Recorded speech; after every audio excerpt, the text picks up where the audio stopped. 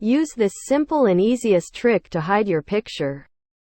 Go to the picture you want to hide in File Manager.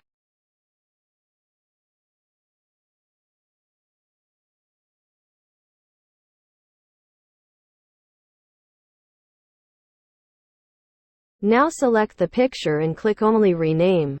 Change the extension of picture from JPG to TXT. Now when you open the picture, it will appear as random text that no one will understand.